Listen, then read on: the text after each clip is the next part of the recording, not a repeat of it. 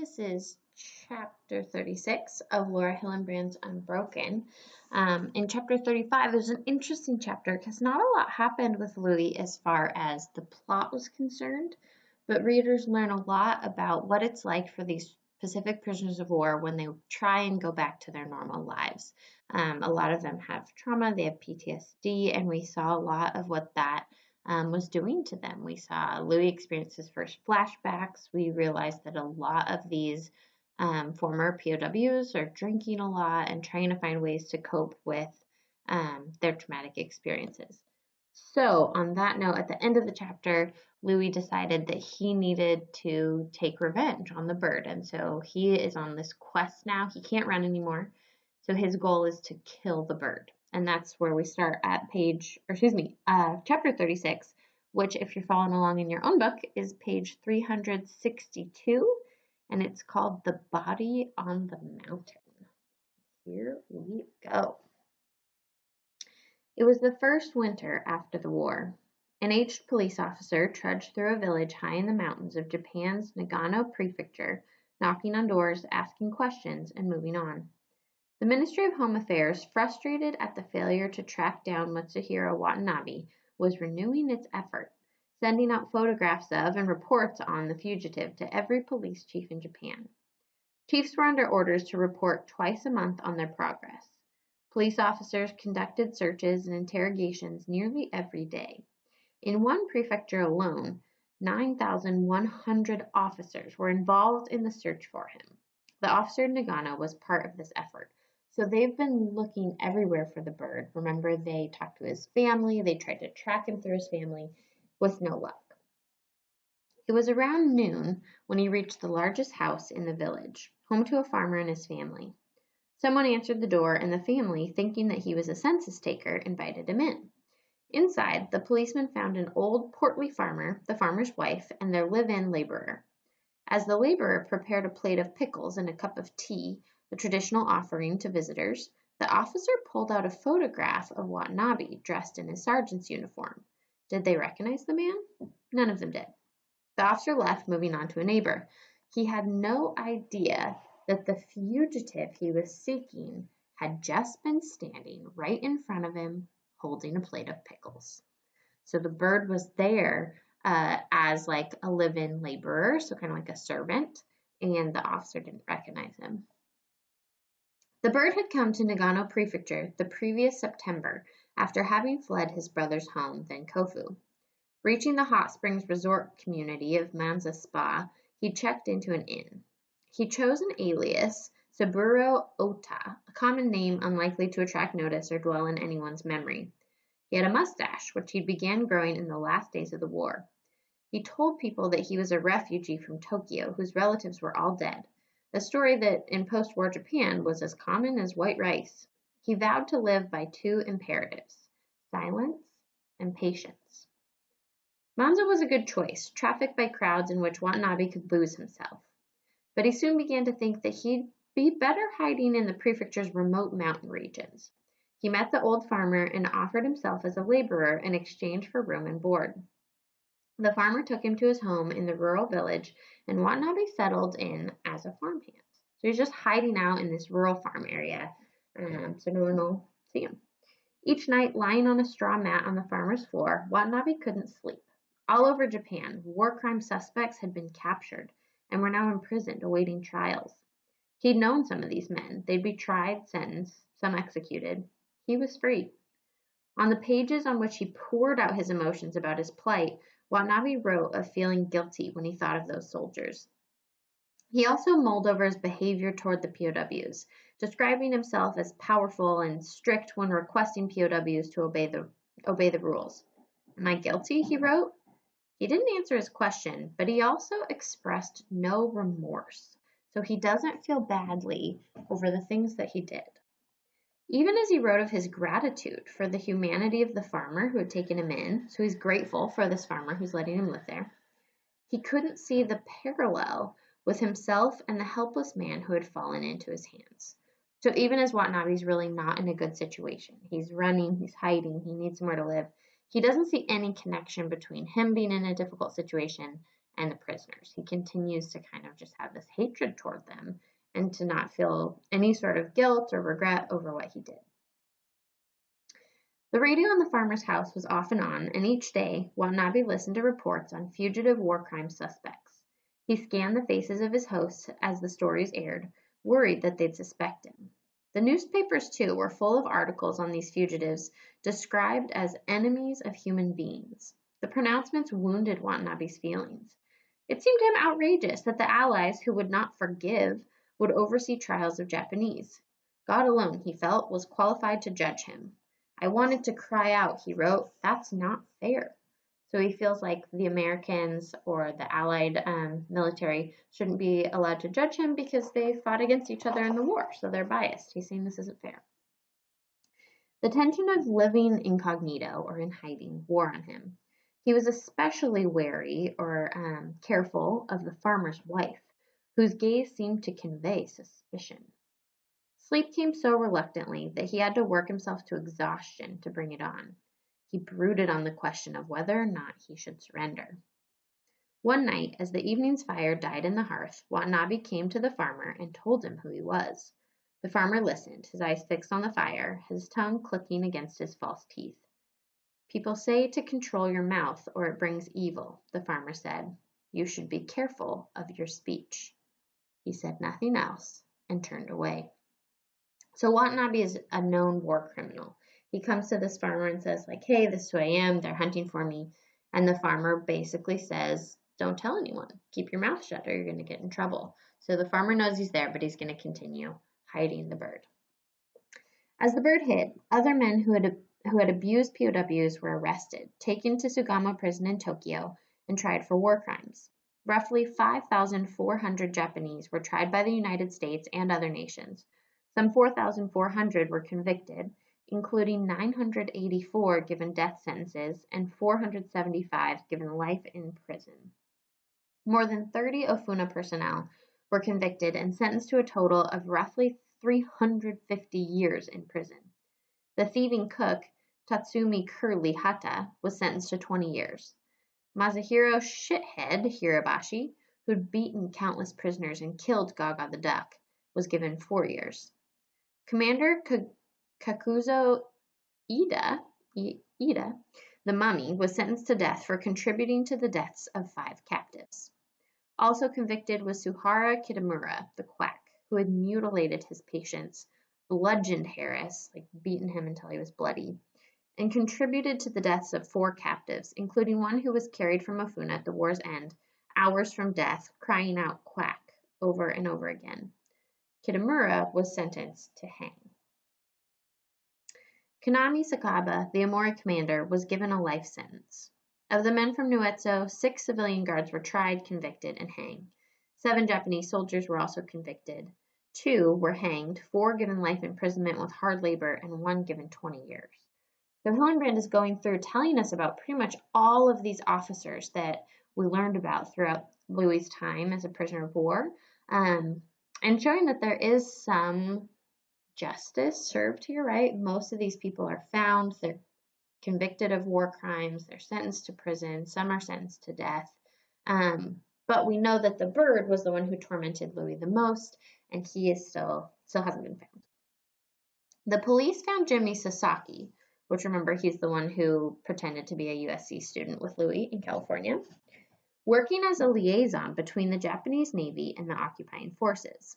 Ever a fabulist, he told investigators that Ofuna interrogators were always kind to prisoners, that he'd never seen a prisoner abused, and that the prisoners rarely complained.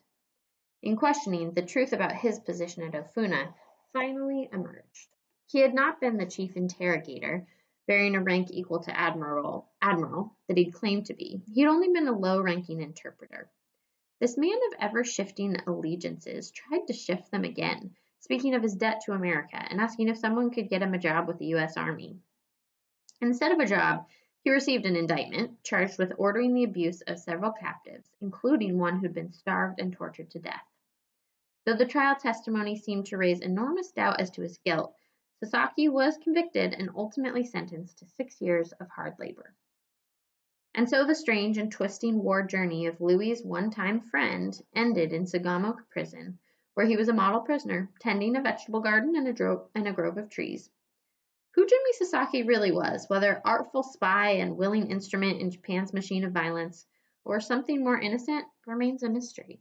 So there is this amount of, yes, they convict people, they put them in prison, but it's his story versus somebody else's story. So there's some prisoners who they'll never know what exactly happened and how much he was guilty of. Of the post-war stories of the men who ran the camps in which Louis had lived, the saddest was that of Yukichi Kano, the Amori private who'd risked everything to protect POWs and had probably saved several prisoners' lives. Just after the war's end was announced, Kano came upon a group of drunken guards stumbling toward the barrack, swords drawn, determined to hack some captured B-29 men to death. Kano and another man planted themselves in the guards' path, and after a brief scuffle stopped them. Kano was a hero, but when the Americans came to liberate the camp, two of them tried to rip the insignia off his uniform. Bob Martindale stepped in and gave the Americans a furious dressing down.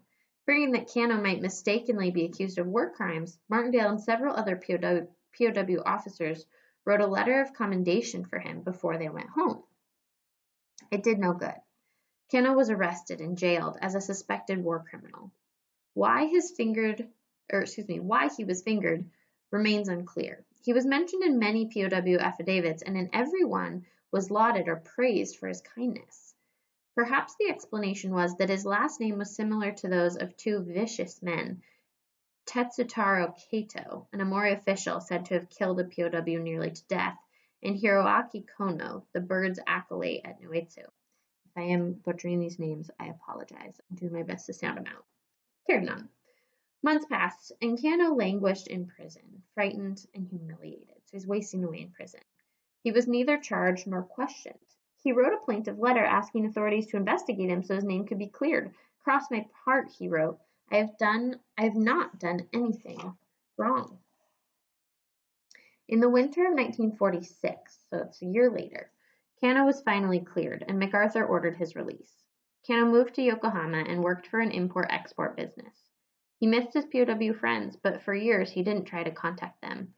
I thought I should refrain from writing them, he wrote to Martindale in 1955, as my letter might make them to remind up the hard days in Amori, which I am sure they would like to forget. Sometime later, he died of cancer. And it's important to note here, as remember, Louis, in the midst of this, is on this vengeful hunt for the bird. We start to see that there are some men who are convicted of war crimes. We also see some who are maybe wrongly placed in jail. And this idea of revenge is just going to come up as really complicated and really tricky. And we have to note that revenge or even justice happening for these men doesn't always make things better. And so as Louis is trying to fix his life and his trauma with revenge, we need to be aware of that. As this can happen with some of the other officers. It doesn't necessarily fix things, and that's really complicated. In the mountain village where he was known as Saburo Ota, Watanabe waited out a bitter winter. The visit from the policeman shook him. After the policeman left, the farmer's wife eyed Watanabe with what seemed to be recognition. So the farmer's wife knows who he is. When night fell, Watanabe lay awake, mulling capture and execution. Mulling means he's thinking it over in his mind, over and over again. When summer came, Watanabe was asked to attend the farmer's son as he toured the country, selling leather straps. The tour would take him through major cities where Watanabe was surely being sought, but he was living on the good graces of the farmer and had to accept. Watanabe donned glasses to obscure his features and headed off filled with trepidation. So he wears glasses so that people won't recognize him so well. And he's filled with fear. Trepidation means fear as he starts to go through Japan. They went to the busy port cities of Akita and Niigata. No one gave Watanabe a second look. As his fear of being discovered eased, he began enjoying himself. The conversation in the cities was dominated by the war, and everyone had an opinion about the conduct of Japanese soldiers, especially those accused of war crimes. People talked about how the hunt for suspected war criminals was being conducted. Watanabe listened intently. Being out in society made him long to see his family. He thought of how his mother would now be in Tokyo on a regular summer visit to his sister Michiko's home. The yearning or the longing to see them was overpowering. Watanabe took out the fortune-telling cards that his little sister had given him and dealt himself a hand. The cards told him that if he went to his family, he'd be safe. On a sweltering, hot, sweaty day at the height of summer in 1946, he boarded a train for Tokyo. His timing couldn't have been worse. The winter's push to find Watanabe had yielded no clues, and the police were again doubling their efforts. A newly discovered photograph of Watanabe had been copied and distributed, along with a report that described him as a man known to have perversions, who might be found wherever there are loose women. Remember, it talked about how Watanabe was sadistic. He took pleasure, and specifically with him, it talked about sexual pleasure from hurting other people. And so they're saying, that's how they're going to find him, is look for these things. Since Japanese citizens were required to register changes of address, police were ordered to pore over registries in search of men traveling alone.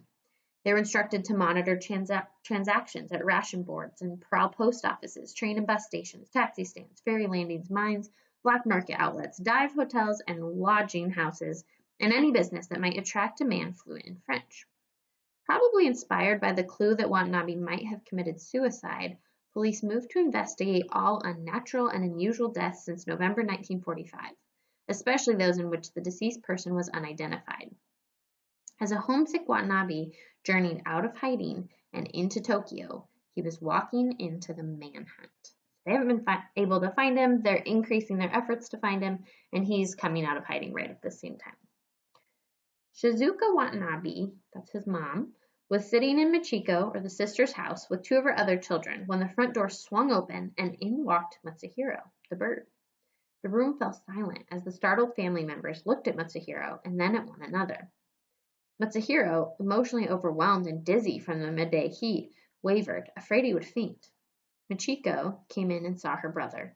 The family broke into celebration. For 2 hours, Matsuhiro sat with his family, sipping drinks and listening to them tell of being arrested, questioned, followed, and searched. He said nothing of where he'd been, believing that his family would fare better if they didn't know. As time passed, the family members grew anxious, afraid that the detectives would catch them. They'd been there just 2 days previously. At 2 o'clock, Shizuka warned Matsuhiro that it was the time of day when the detectives usually came to search. Matsuhiro reassured them that the playing cards had told him that all would be well. They were shuffling outside. The detectives had arrived. The Watanabe sprang up. Someone tossed Matsuhiro's belongings into a closet. Someone else snatched up the cups and dumped them in the sink. Matsuhiro raced into a tea room and shut the door. Behind him, he heard footfalls as a group of detectives entered the room that he had just left. He heard them questioning his mother and sister, telling him that if they caught Matsuhiro, he'd be treated well. The detectives were just feet away, on the other side of the door. His heart racing, Matsuhiro tried to decide whether to run or conceal himself here. The room was tiny, scattered with pillows, but there was a closet. Ever so slowly, he inched open the closet's sliding door and squeezed inside. He decided not to close the door, fearing that it would make noise. He stood there, a hand clasped over his mouth to smother the sound of his breathing. The door opened. A detective looked in. "You have plenty of room," he said to the family. There was a pause as he looked about. If the detective turned his eyes toward the closet, he'd see Matsuhiro. "It is tidy," the detective said. The door closed. The detectives left.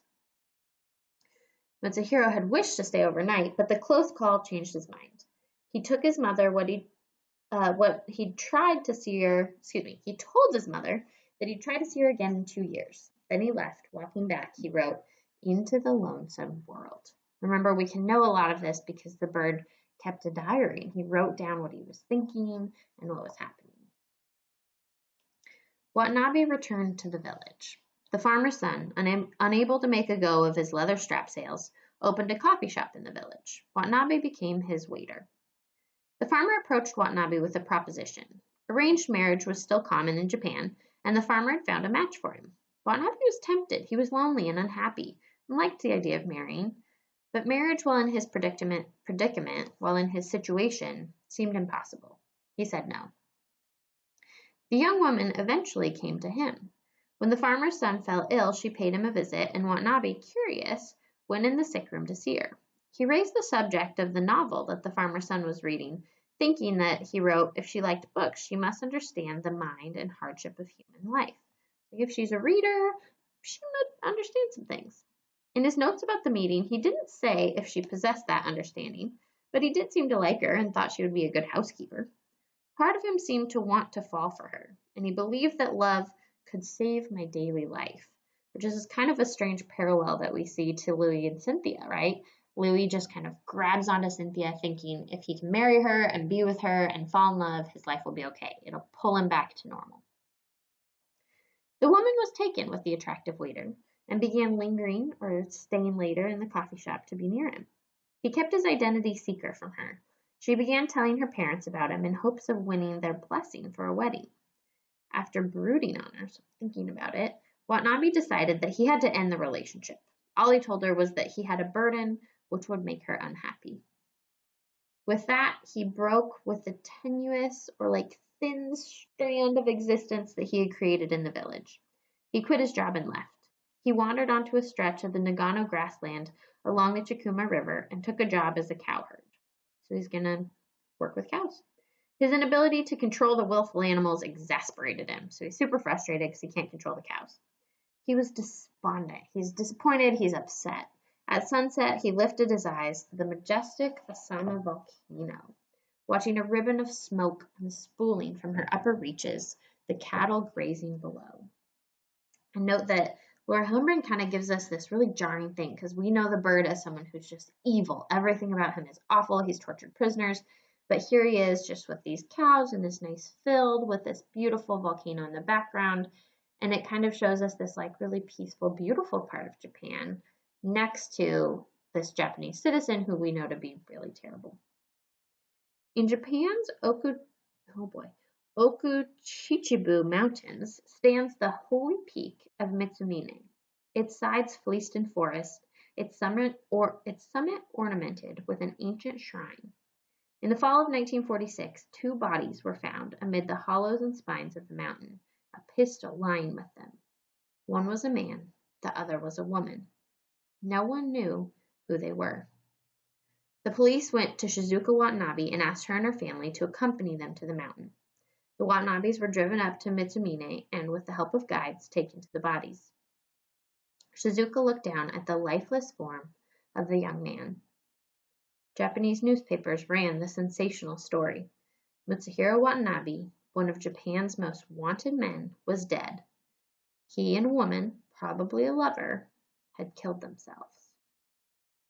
We're going to pause there. This is what our newspaper story says. We don't know what Louis is going to have to say about that, but we will carry on with the next chapter.